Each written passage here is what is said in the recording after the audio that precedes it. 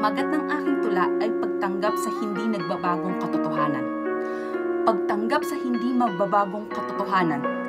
Hindi ko na mababago ang totoo. Ang totoong ako.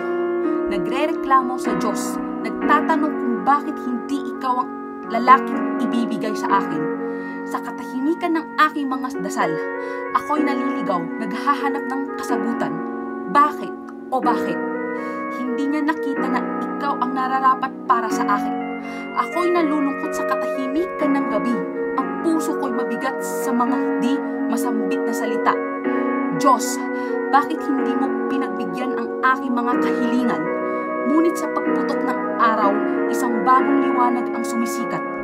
Nauunawaan ko na may mga katotohanang hindi mababago, na marahil sa kanyang karunungan, alam niyang hindi na ikaw ang magdadala sa akin sa tamang landas.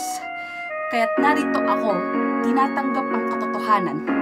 Hindi na lumalaban, hindi na nawawalan ng pag-asa.